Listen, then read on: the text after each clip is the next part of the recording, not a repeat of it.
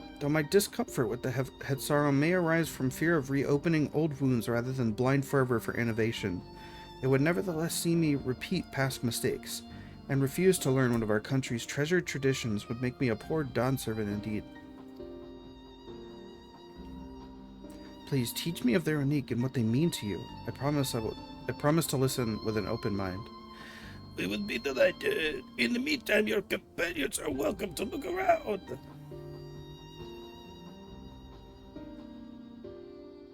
Will you learn of Hetzaro culture with me? I should like to approach this with the fervent curiosity that you and my sisters share. It would be useful to know whether I am doing it correctly. Then it's settled. We'll learn more of the Runique and we will have a look around the plains, and perhaps in the process we'll find the answers we seek.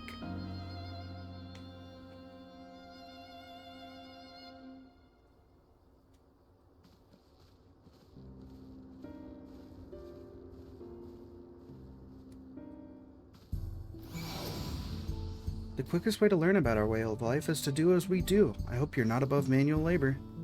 I'm not the most experienced, I'm ashamed to admit, but I shall put forth every effort.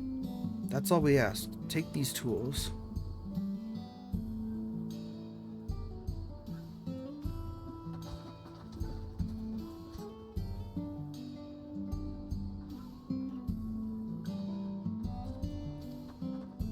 What's that noise? Let's meet back here to share what we've learned.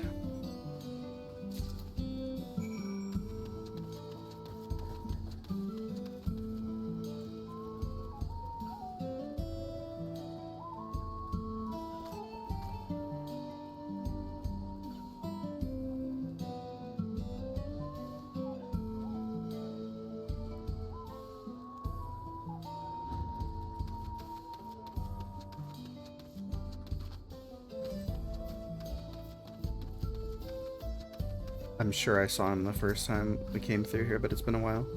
Learning about the Hetzaro way of life, are you? May have a thing or two to share, but rather than talking your ear off, let me test your powers of deduction. I find answers much easier to recall later if I arrived at them myself. Our Hetzaro provide us with something that we use in medicines, poultices and soap, to drive away pests and sustain our fires. What is it?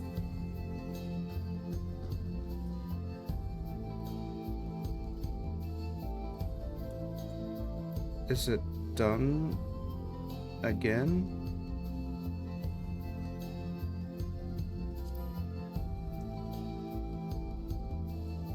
Alas, not quite. Meat and organs can both be made into delicious fare, and our neighbors are oft glad to trade for them.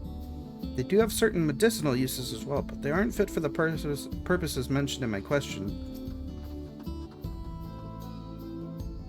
Medicines, poultices, oh. To sustain fires and to flavor food. Let me look up what a poultice is. A poultice is a soft, moist mass.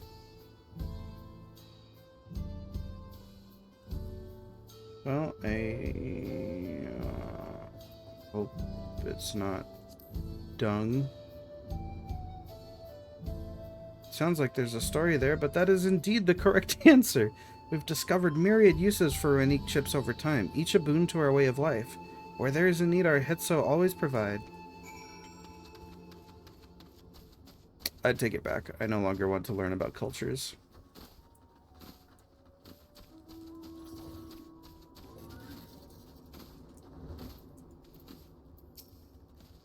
This won't do. The wind will go right through it. Me without my needle and sinew? I don't know where I got this from, but here you go. I forgot that part. Oh, these are precisely what I needed. I should be able to patch up the covering now. Given how often we pack up and reassemble our tents, they're bound to get the occasional tear. Fortunately, the Runique hide they're made of is durable enough that we generally needn't worry.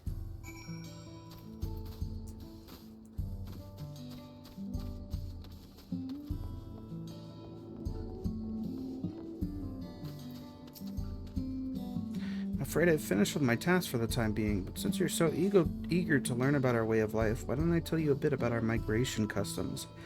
If you're here, you likely already know that the Runique are our Hetzo, our guides. we travel with through the turning of the seasons. We trust them to lead us to fertile lands with all we need to survive. You may not know that sometimes the herd splits into two, bound for different paths. On those occasions, we Hitsara must also part with half of our number. You may think it a strange and stressful custom, but over the years it has seen us visit new lands and broaden our horizons as people. This too is the wisdom of the Hetso. Yeah.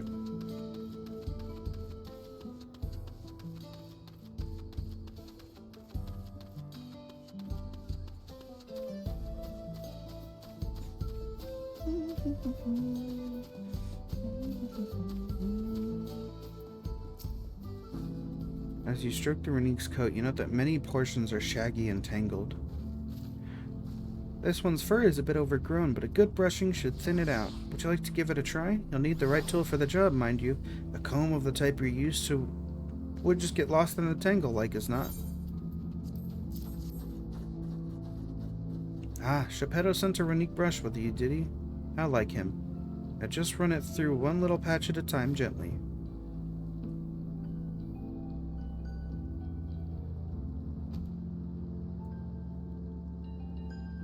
Dutifully brush the Renique until your arms grow weary from the prolonged battle with its coat.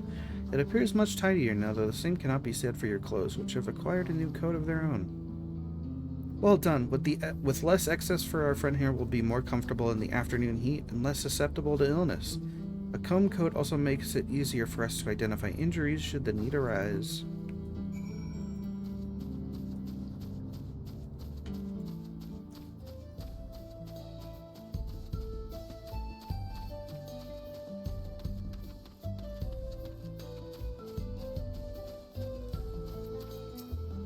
Oops.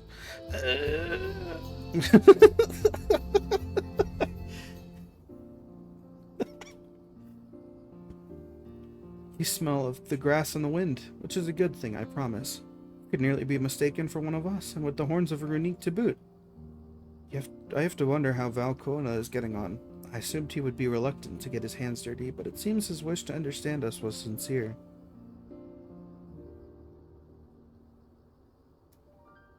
Ah, there he is now.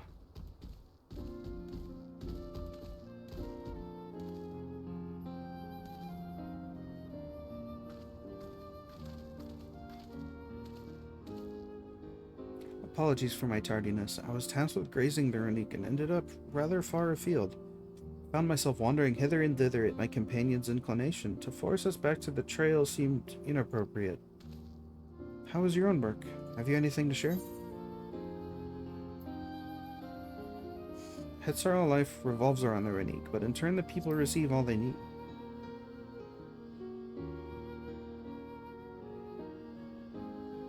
I feel the truth of this myself. While I was hesitant to leave my fate to the whims of the Hetso rather than tread man-made paths, I arrived where I was meant to be all the same.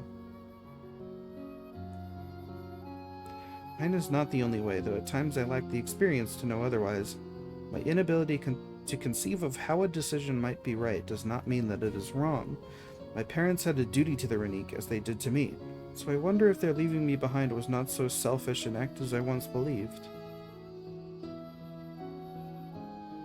I have no way to know, of course, and regardless, this has no bearing on our present concerns. We are here in service of the people of Tyrol, after all. Nevertheless, I thank you for helping me find deeper meaning in what we've done today, and I will endeavor to remain curious, especially where the Hetso are concerned. I'm glad to hear that, Valkona. You're welcome among our herd anytime.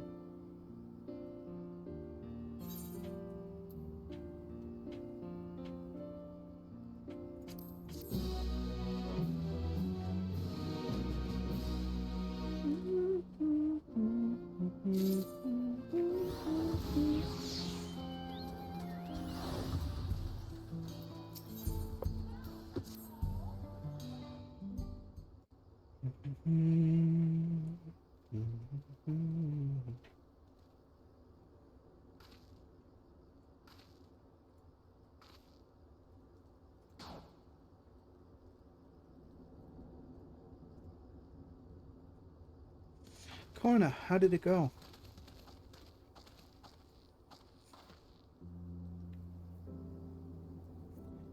believe I finally understand the significance of the Hetzo. They nourish the Hetzaro as they grow and provide warmth and companionship in a harsh and unpredictable world. They are the equal of any man, not beasts to be tamed. Moreover, Runique are sensitive. Though we may treat their injuries or brush their coats to keep them hale, they must ever be free to follow their instincts and seek lands where they might thrive. The Hetzaro would never cage them, and neither should we. To control their migratory patterns or capture those who wander too close to the tracks is out of the question. Then it is particularly important to advance our original line of inquiry. Fortunately, we were able to visit the Runique's once favored grazing grounds. As we were told, the grass looks fine, but the place is too quiet. It's not just the Runique. Even the birds and field mice have fled. We did encounter one pack of Ceratoraptors, but they look to be passing through in a hurry. Typically, that sort of behavior in the fauna would be associated with natural disasters, earthquakes, landslides, and the like. Though the Hetzaro would surely have put two and two together were the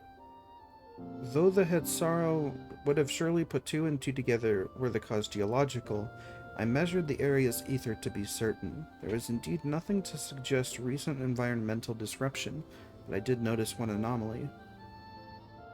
Using that word a lot. A strong etheric signature to the east, moving across the plain, albeit slowly. They used it twice.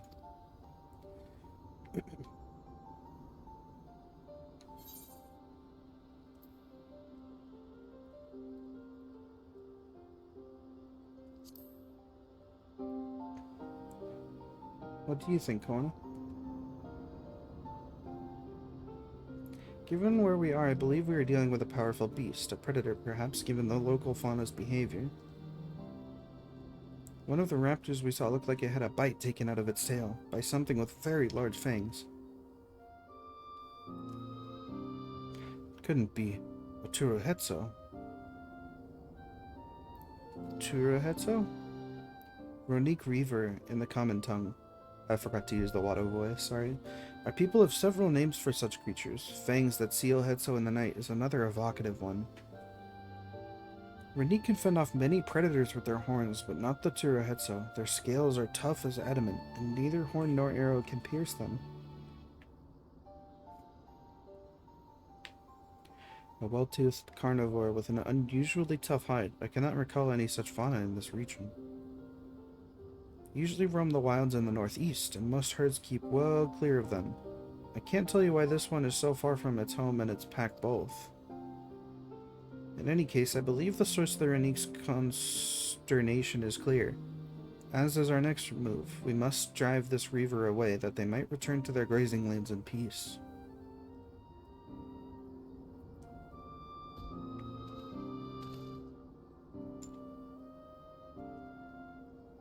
Never fear. We'll make certain that the beasts threaten you no more.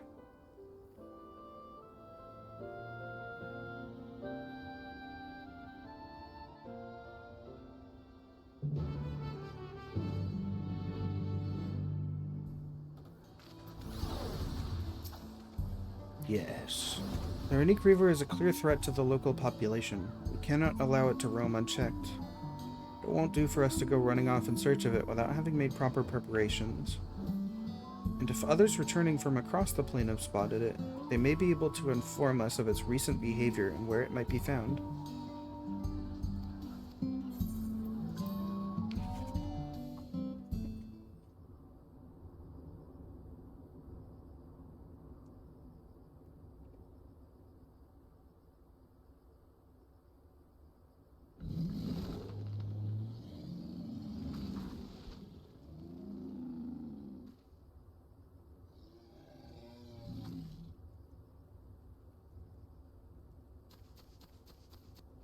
Help!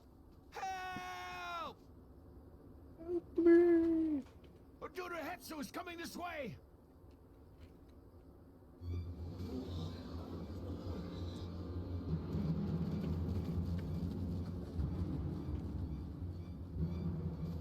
It mass beasts across the plains in a panic, and our Ronek are practically paralyzed with fear. We must get them to safety. We can assist by helping to calm the creatures. Once they're less agitated, it should be possible to hurt them. After they're out of harm's way, we'll deal with the Ronek Reaver. I suggest you remain here to attend to the Ronek when they arrive. They'll be safe with me. Please, be careful out there.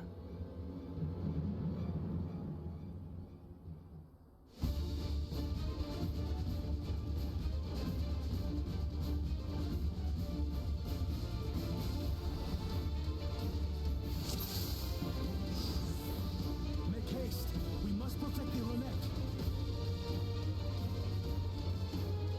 Don't worry, we're right behind you.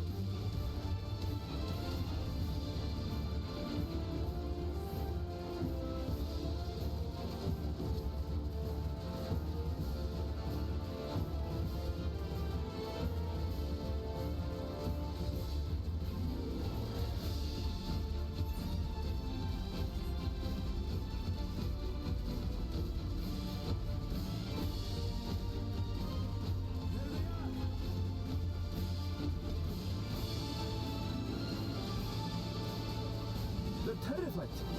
We must do what we can to soothe them.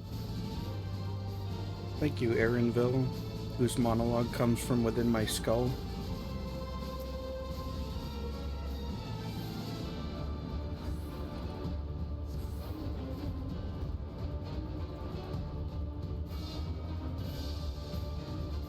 Snuffle. That herd should be all right. Let's look for stragglers.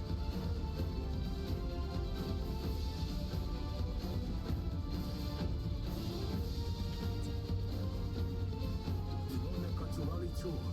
None shall be left behind.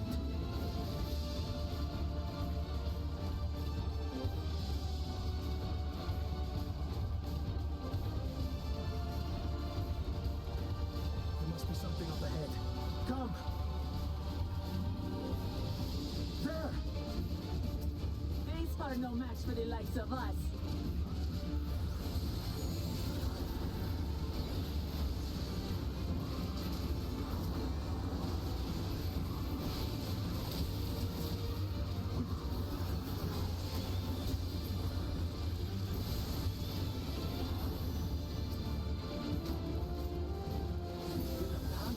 Really an understatement.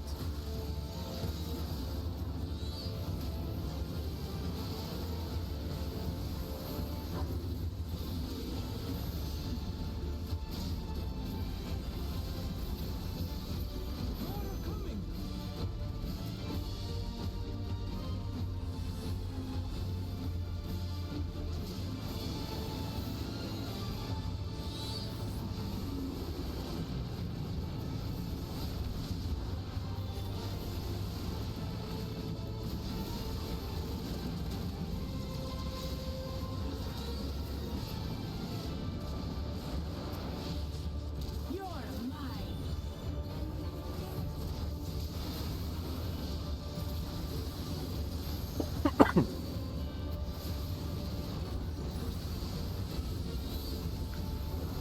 Fucking alpha alligator. It's a shame you had to go up against a Sigma Aura.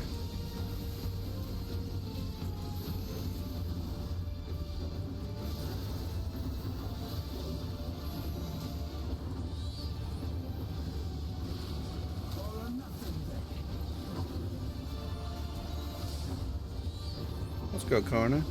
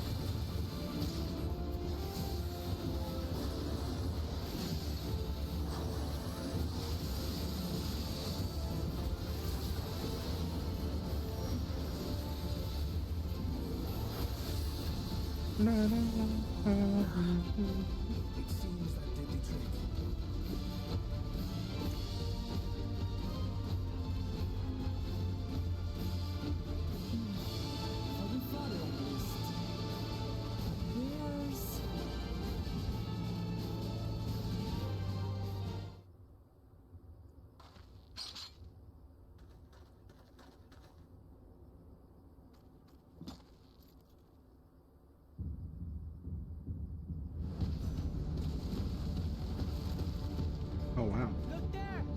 We've got a big one coming!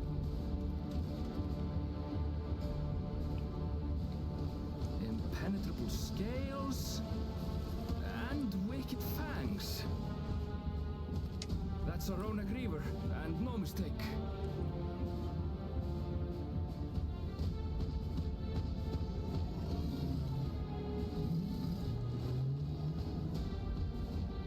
There! That one there!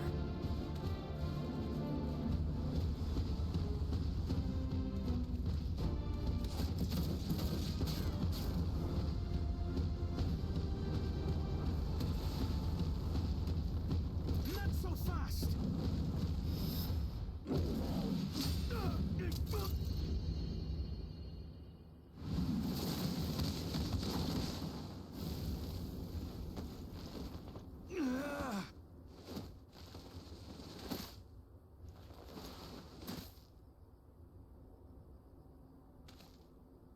Even should it cost me my life.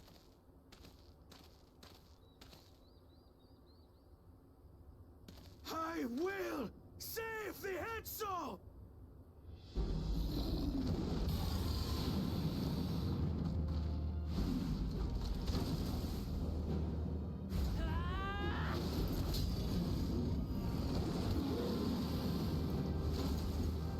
Kona! Are you alright?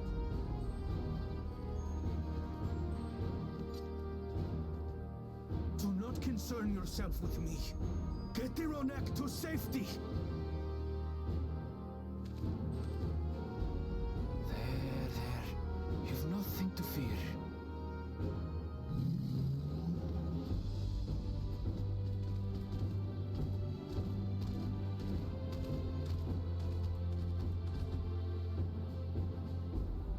Right! Let's finish the job!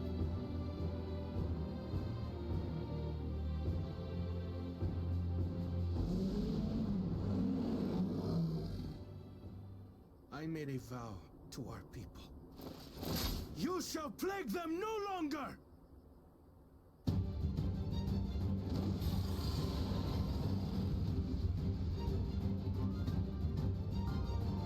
All right. Let's kill this guy. Let's beat him with hammers. You'll find the vow of reason was not without resolve.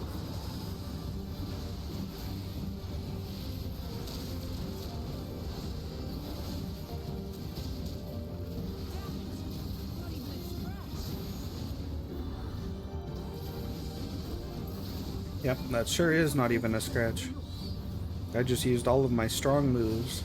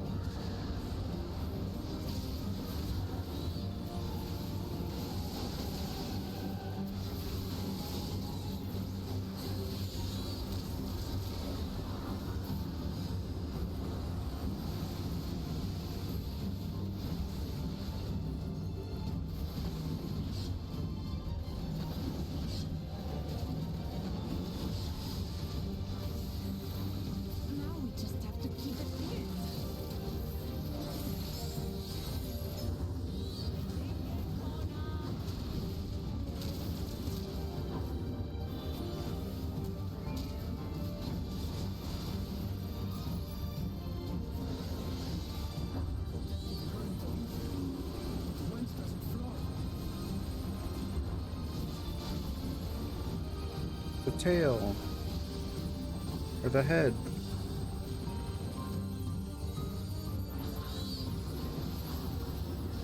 Its left claw.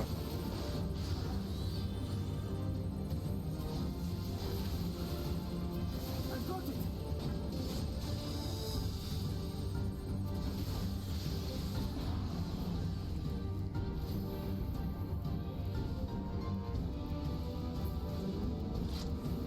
One well-placed piercing round to the chest, and...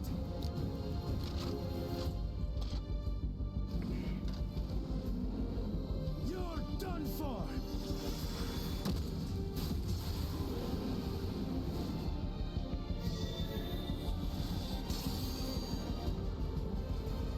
Nice. Extending flow of protective ether.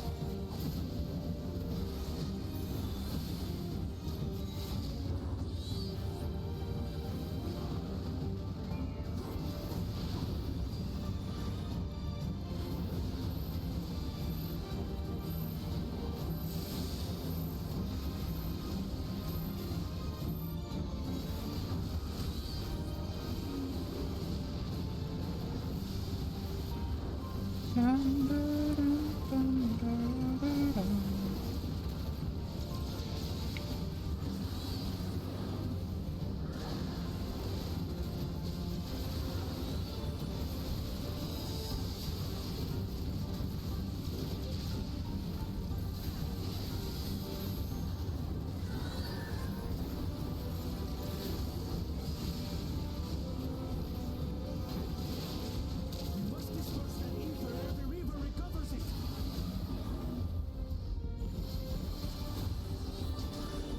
This is going to hurt.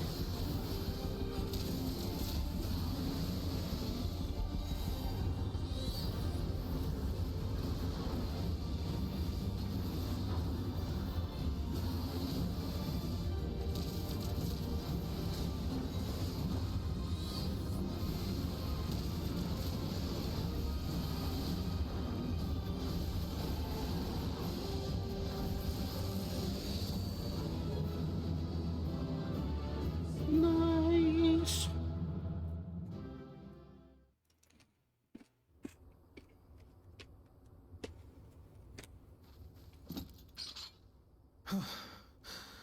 We did it. The Etso, are they?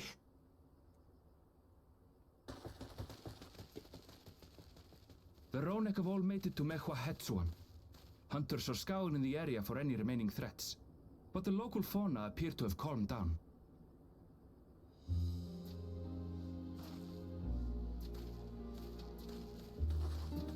We cannot thank you enough for your timely aid. You, most of all, bow of reason. We feared you would be loath to take direct action, yet you didn't hesitate to put your life on the line for our Hetso.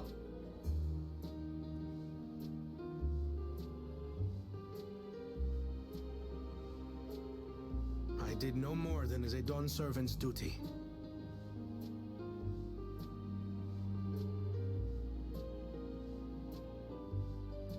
The ethereal conductivity of those scales is astounding.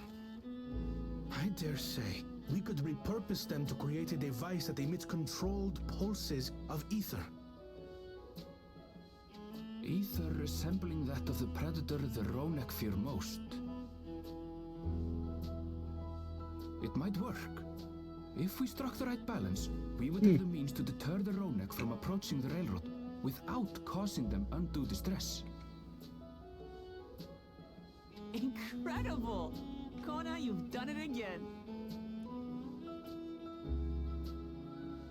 I must say, I was hoping I'd never have to see one of these again. Still haven't forgotten the last one. And it's been more than 20 years now. I had come as a trader to the camp in Lozenihetta. A camp that was obliterated in an instant by that monster.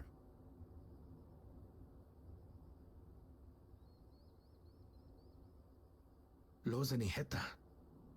That's where the Pelu trader found me as a babe. Please, can you tell me what you saw?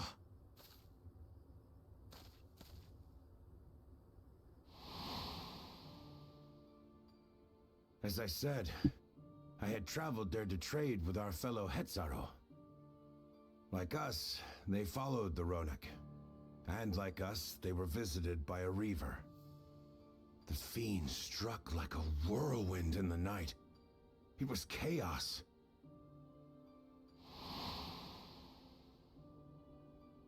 I grabbed some token belongings and bolted in a panic, thinking only of getting as far away as possible. But even in my panicked state, I could not help but notice the young couple racing the other way, toward the fell creature. Well distracted, I heard one cry. Save our son! Save the Hetzo! After that, nothing but the pounding of my heart and feet and Ronek thunder. I ran and ran. And as the sun broke the horizon, I found myself separated from both man and beast.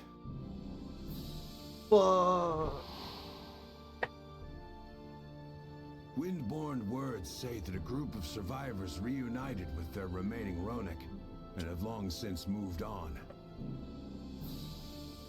But still more were never seen again, including the brave couple. Or so the story goes.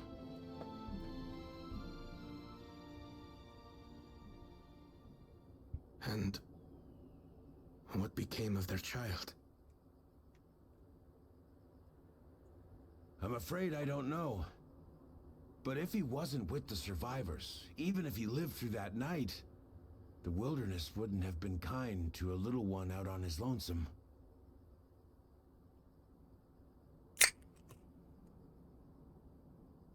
Maybe not. But perhaps a passing Pelu would. And one day, even a Dawn servant himself.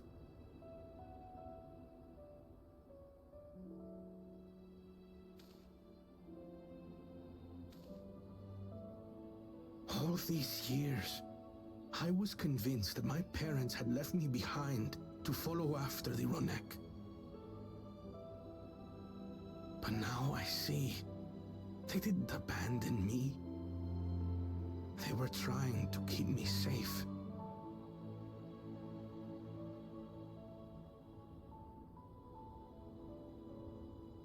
I've wasted so much time resenting them, when in truth, they gave me everything I have today.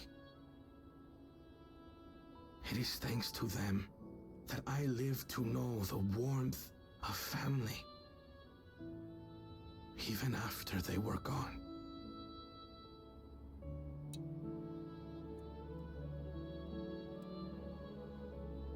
And now that I am Dawn's servant, all of Tuliyola is my family. A family I will always protect, as my parents protected me.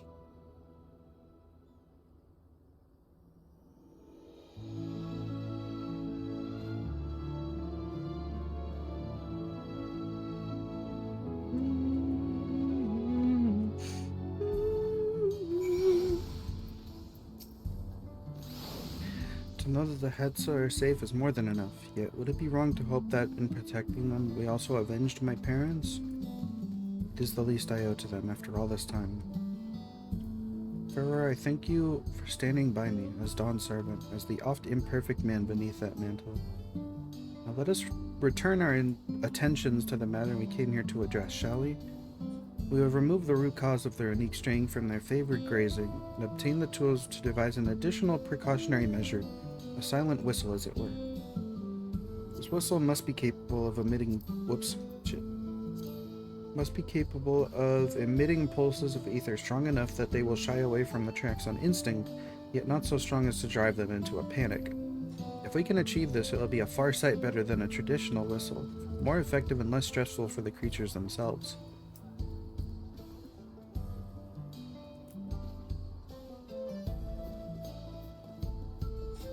Let us return to Shaloni Station and begin work on it then. While Lika and his crew will doubtless be relieved to finally have a solution.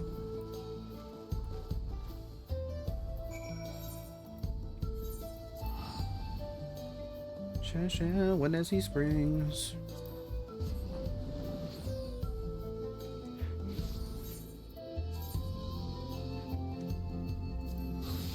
Cause baby,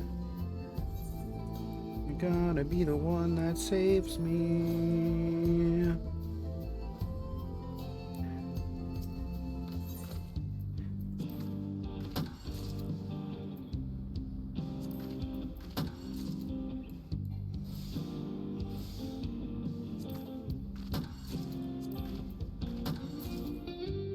Chopping down a level 100 tree so I can get a motherfucking treasure map.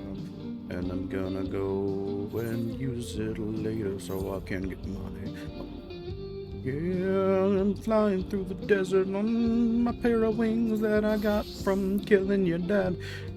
Yes, this song is dedicated to Galulja, the young king.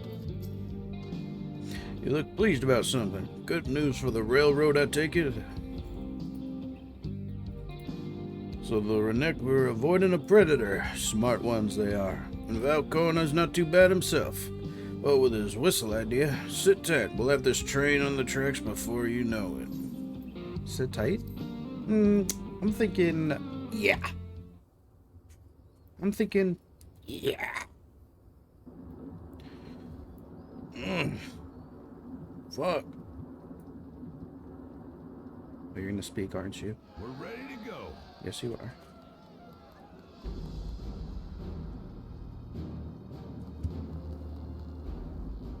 Whoa. She looks as good as new. If I had time to do a proper job, could have really made her shine.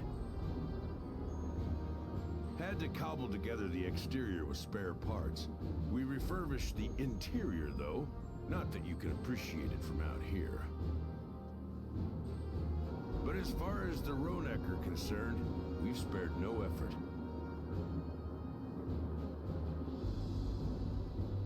From the ballast to the ties, we've adjusted every bit of the track so she'll run quiet as a field mouse. You and your crew have worked wonders. Our nation is in your debt. Come now. If anything, credit's due to Tuliolal. It's thanks to the folk you recruited from every corner of the continent that we were able to get her up and running so quickly. Besides, the ethereal whistle's the true marvel, and we wouldn't have that without the scales you brought us. However grateful you are, know that we're even more thankful.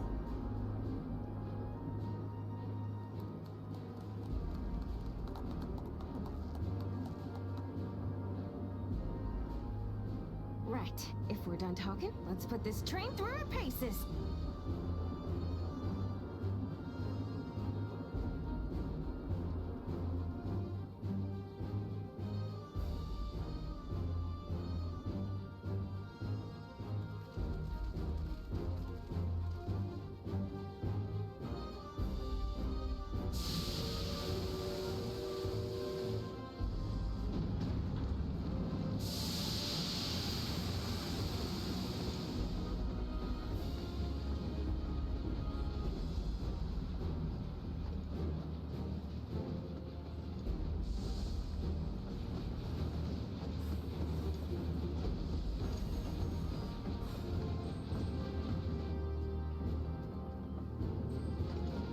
There's a Ronak up ahead.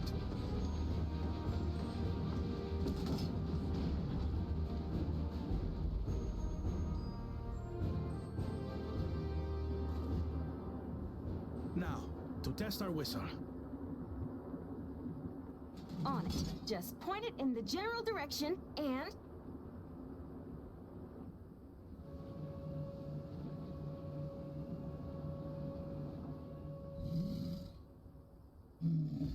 I gotta get the fuck out of here.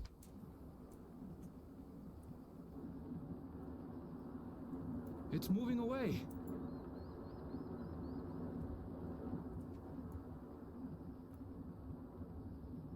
Meanwhile, our friends over there appear wholly unperturbed.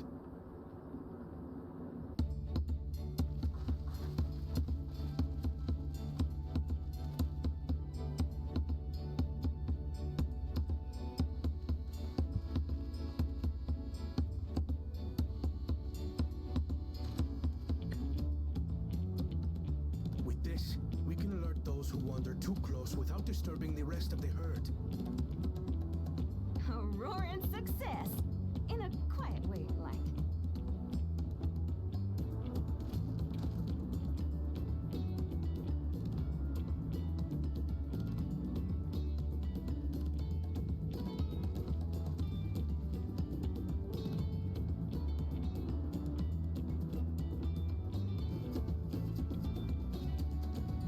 Then with your permission, Vow of Reason, the Shaktaral Railroad is back in service.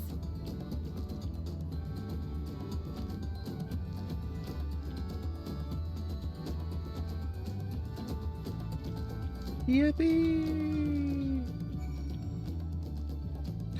We built a train. For a while there, we were real worried that we'd never get the railroad running again. Now that the test drive was such a success, we can breathe easy and start hauling people to and from the dome. First Shaloni, and then the continent. Watch out, Shaktaral, here we come. I share the sentiment, but we got a mountain of work ahead of us to ensure smooth operations. It's time to get back to it.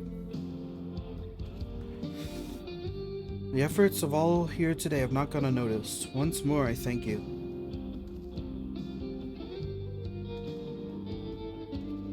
As for our own work, I trust you can handle matters in Alexandria, Lamati?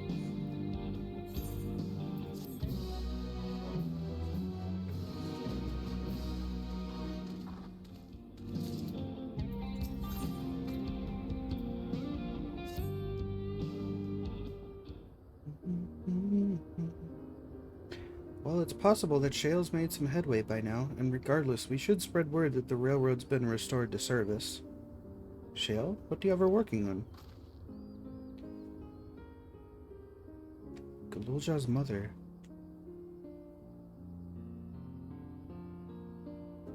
I feel the same in his shoes. Have felt the same. Some questions are painful to leave unanswered. There's no cause to look at me like that. The Kafkiwa we met may have only been a simulacrum, but her memory was real. Oh my god, fuck! I didn't see that. I didn't search for what she left behind because she left it with me, and I will carry it always.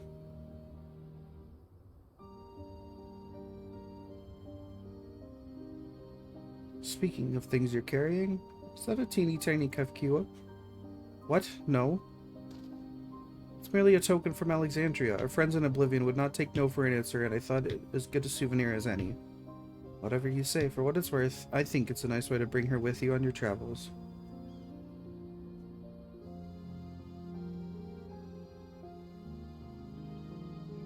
Yes, well, you're off to the dome now, aren't you? I thought I might join you for a time, see if there's aught I can do for the people there. Much changed though it is, I still consider it my home. Of course, we can give you the full story on the way. Was that there the whole time?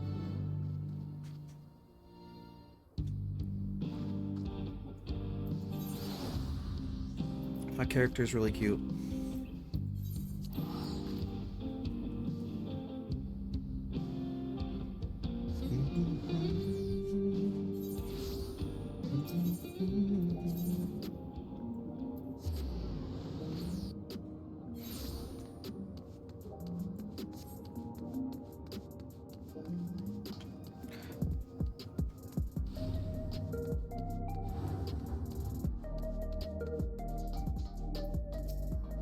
You heading to the back room? Why do you never engage in conversation with me?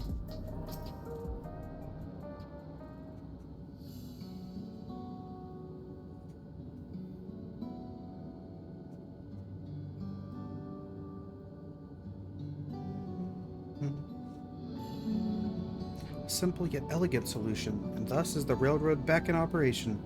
Meanwhile, Shayla is nearly finished processing the data. She'll be able to share her findings with us imminently. I'm interrupting something, I gather. Why, Yestola, what brings you here? I've seen enough of the gate in the sky deep cenote for now, so I'm shifting my investigation to living memory. While there, I thought I'd do well to have the company of an expert on electrope. I'd like to take a closer look at the place myself. I can join you once we're finished here. Yes, indeed. A wise choice. Lest you fear I've forgotten, once I've made headway with living memory, the key in your keeping shall be the next subject of my scrutiny.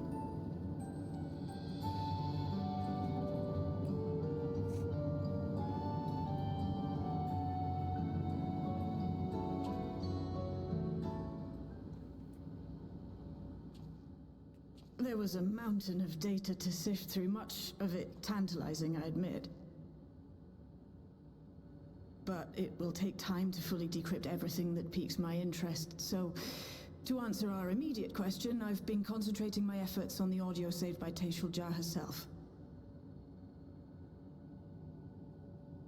While I've not listened to it yet, I have a selection ready for playback. Would you like to hear it now?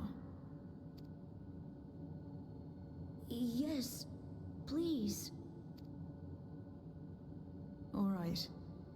Several audio files will now play in sequence.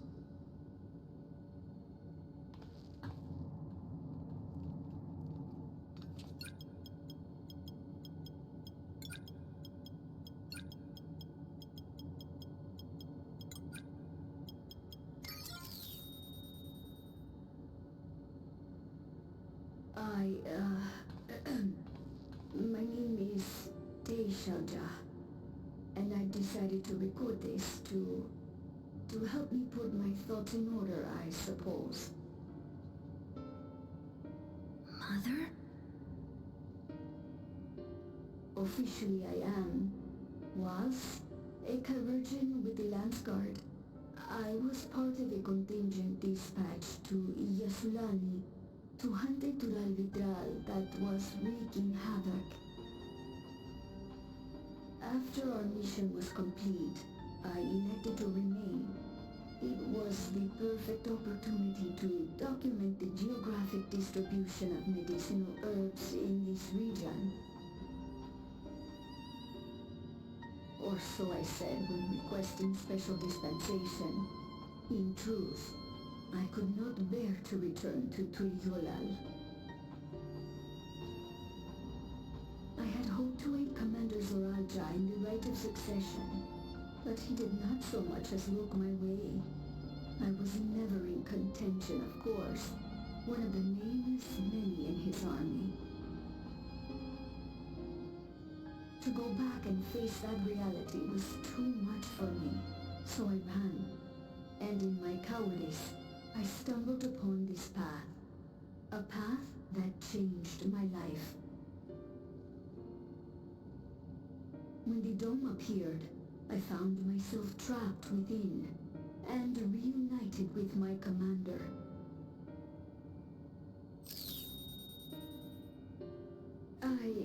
How am I to speak of Commander Zoralja?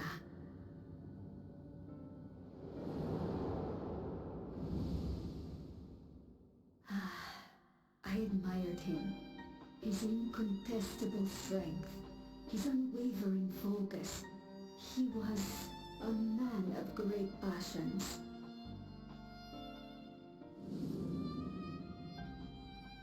I watched him, captivated by his intensity. From afar, I would not dare approach. And in watching, I came to know him.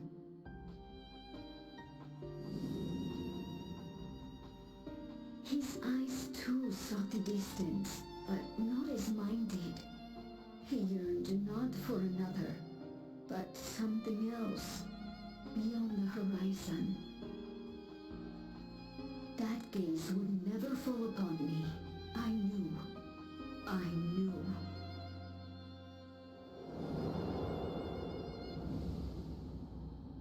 The experiment will soon proceed to its next phase, and when it does, as he promised, I will have my heart's desire.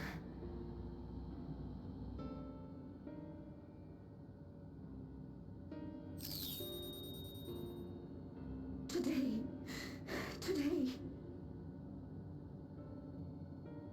It should have been today. A new beginning.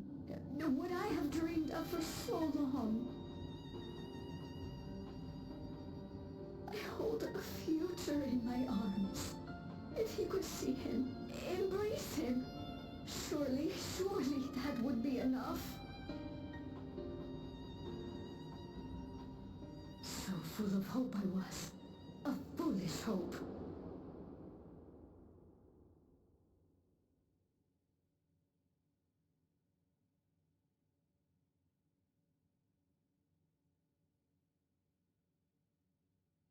Its scales are blue.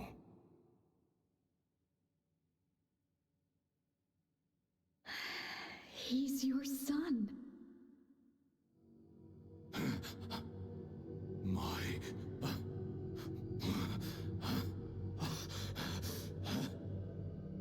No, I can't.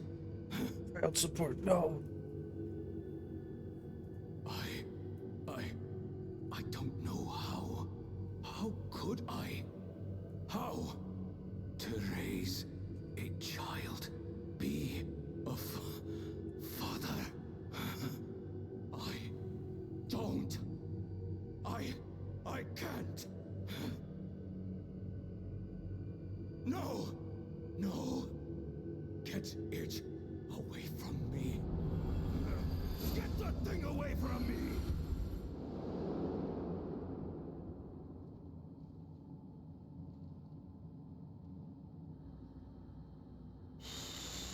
It's all right, little one. Papa was just surprised. That's all. He'll come around. We'll be a happy family. Kaniloka's shouting for me.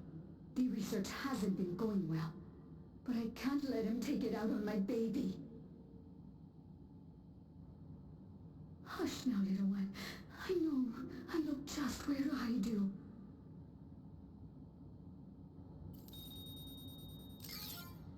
Oh man. That's all of them.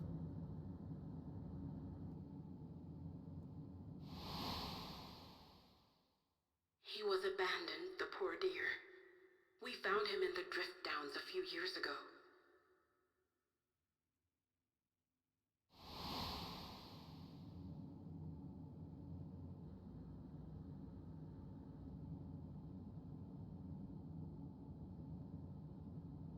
We know some manner of accident happened at the facility after this was recorded.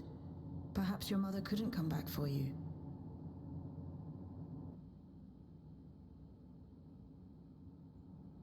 Hey, Gololcha.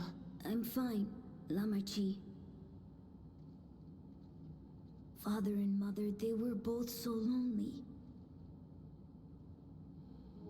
If we could have been together, maybe they wouldn't have been. But sometimes things don't work out, no matter how hard you try.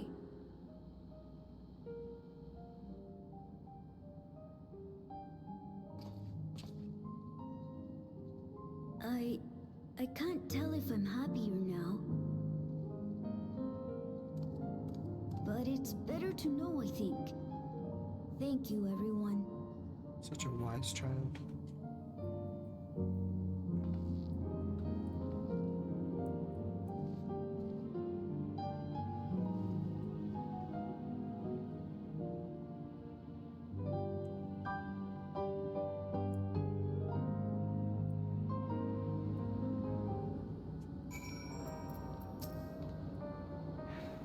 Better to know. A profound response for one so young. I wish he didn't have to be. Galulja is indeed wise beyond his years.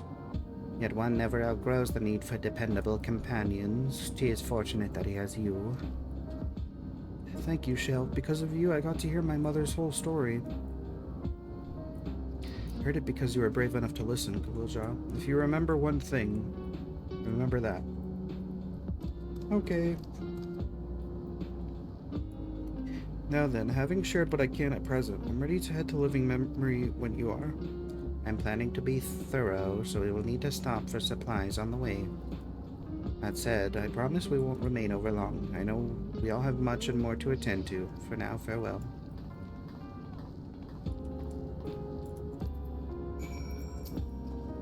A word before you leave. Our network's already spreading word of the railroad. We expected people would be clamoring to get on the first train back. Yet the reaction's been the polar opposite. Scant few seem inclined to depart Alexandria anytime soon. What? When we spoke before, you said... Fuck. You said many from Tuliyola were eager to reunite with friends and family. Maybe they're concerned about getting through Vanguard? If so, we could take turns accompanying them. In any case, we need to speak with the people ourselves. Let's start at late note 9.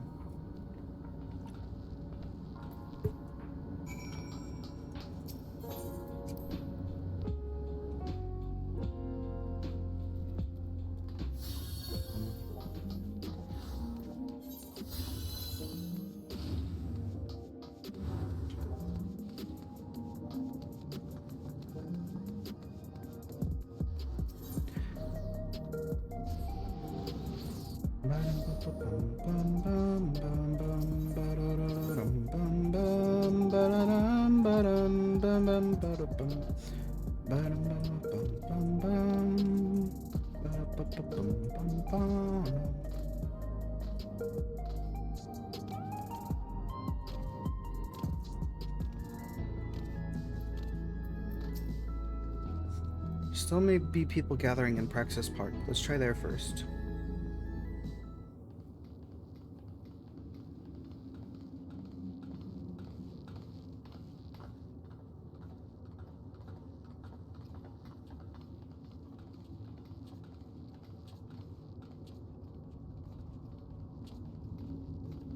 People look uneasy. Did something happen?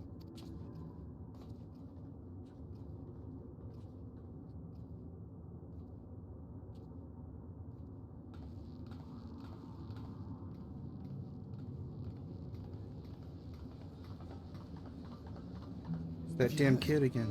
Someone was killed in the Thunder Yards. Oh. The Thunder Yards was one of the hunters slain by a beast. It was a hunter, all right. And a veteran at that. But it was no fiend that did him in. Only a random bolt of lightning.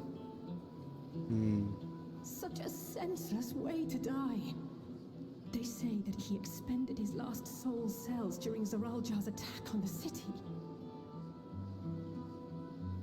For an upright, hard-working man to meet such an unceremonious end, it feels wrong.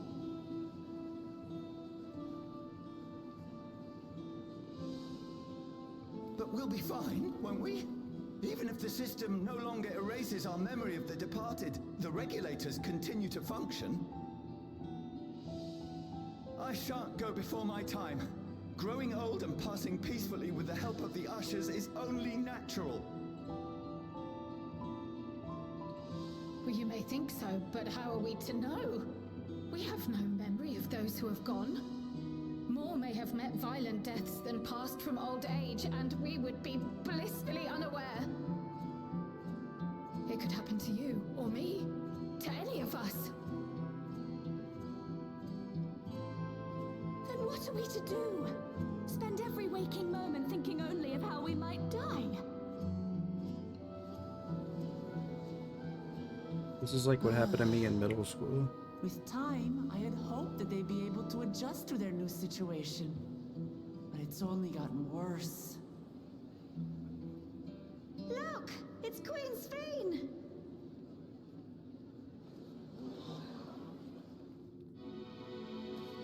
Huh? Huh? Huh? Huh? Huh?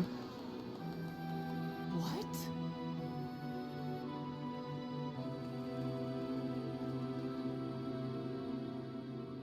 Help, Queen Sveen!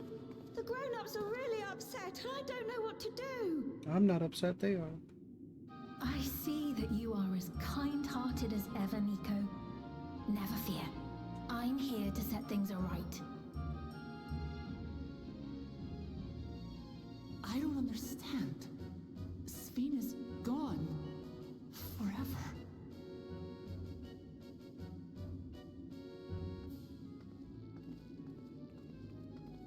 You there, Gussin. You were the Queen's aide, weren't you? What's the meaning of this? Begging your pardon, Vow of Resolve.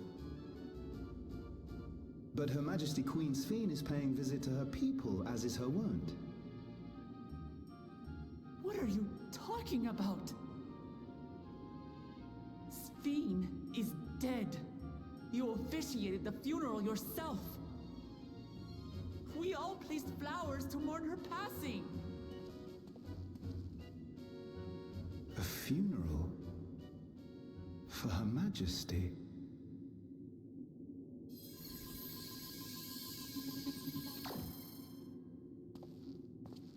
What a curious jest. You know full well that ceremony was to commemorate those lives lost during the attack of Alexandria. Her Majesty walks among her people that she might support them in this most trying of times. Surely that is not cause for consternation.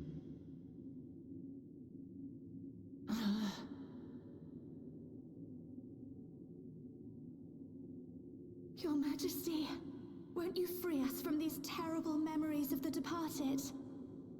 This is no way to live, not for us, nor our children. I wish that I could. Truly I do. But with living memories shut down, even I cannot restore the system that once afforded us that comfort.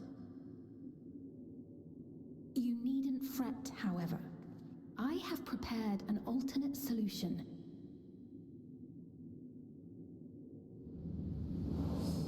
All of us shall be made endless. Uh-oh. I have created a new system that allows you to transplant your memories directly into an ethereal vessel. One not reliant upon soul cells. This way, you need never again fear death. You may live as you please, and for as long as you like. Our stores of ether are, at present, not sufficient to provide this boon to everyone. But some of you received neo-regulators for the funeral ceremony, did you not? And there are still more we have yet to distribute. 5,000 in all. One day soon, those with neo-regulators will be called to join the Endless, and thence be free of suffering forevermore. But only 5,000 of us?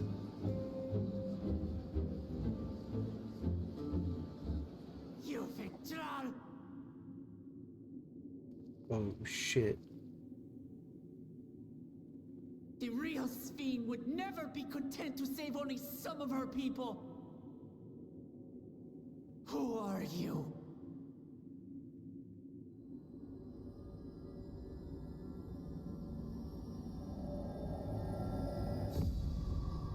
I am Sveen, the Queen of Reason.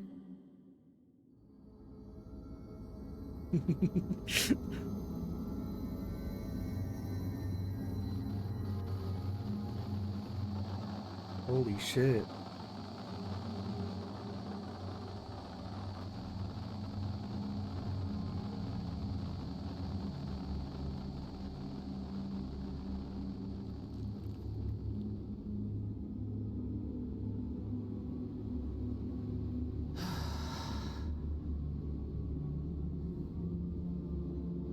Let's return to the back room. I need to calm down, and then we'll talk.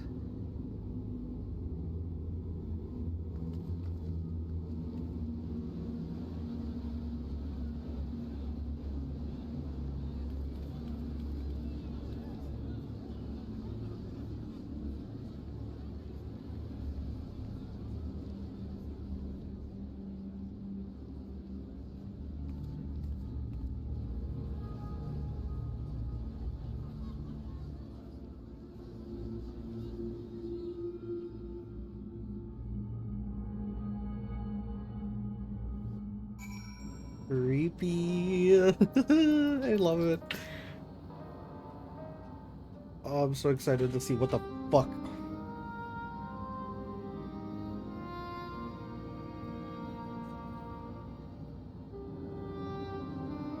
We only caught the proclamation from a distance, but I can tell you that the message about Nia regulators was received with utmost clarity.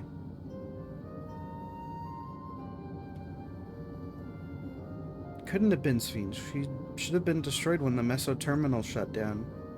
Without a single Alexandrian to bear witness, presented with an identical figure claiming to be their beloved queen, there's no surprise that they would choose to believe she's alive. What is troubling, however, is their denial that the funeral was held in her honor. It's as if their memories have been erased.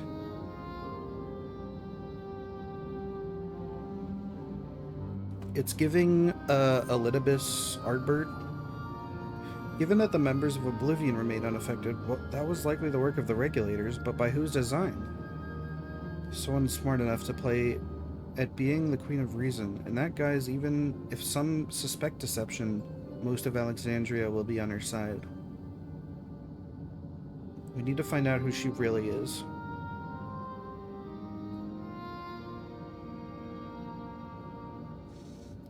While I agree wholeheartedly, we should avoid drawing more attention than we already have. We must be patient until Oblivion's network turns up a lead, or until our self-proclaimed queen makes her next move. Ah, fuck that cliffhanger. Okay.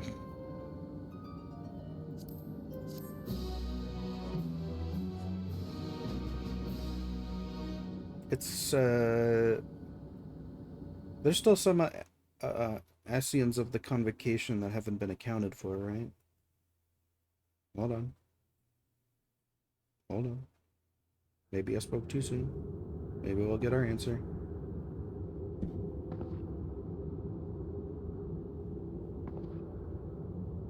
Gishtola and Shale?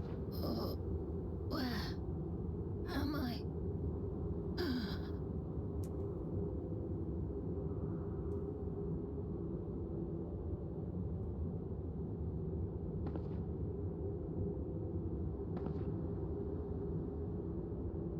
My people, are they safe? This feels more like the real Sphene immediately. Why am I?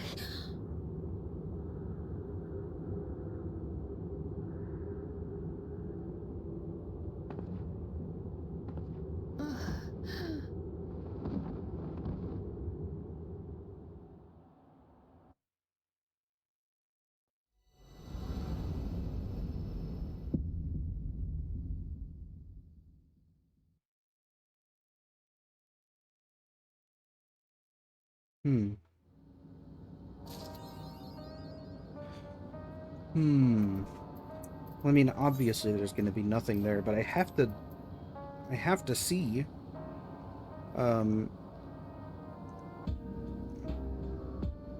What the fuck is it? It's an others, right? Living memory.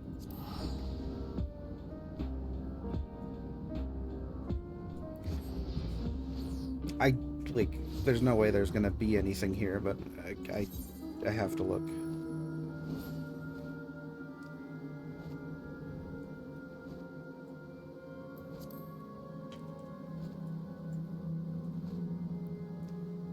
That was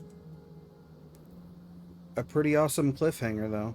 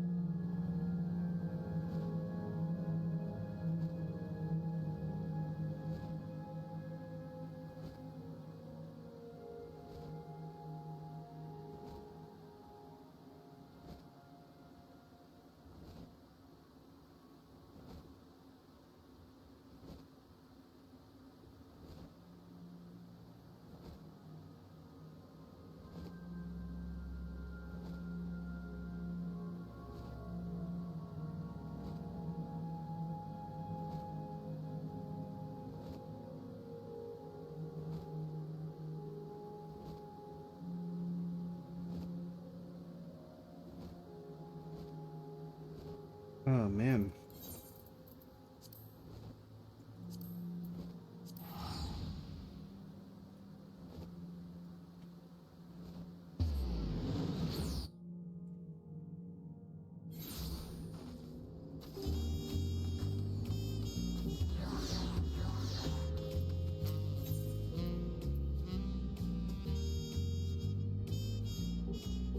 That's out right now?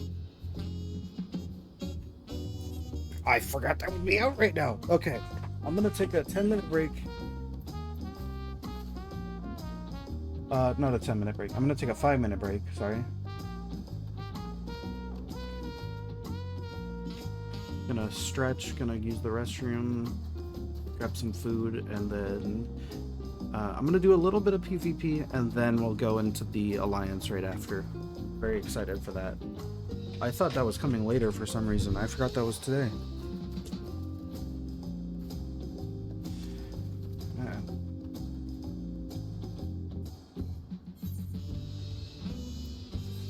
You're back.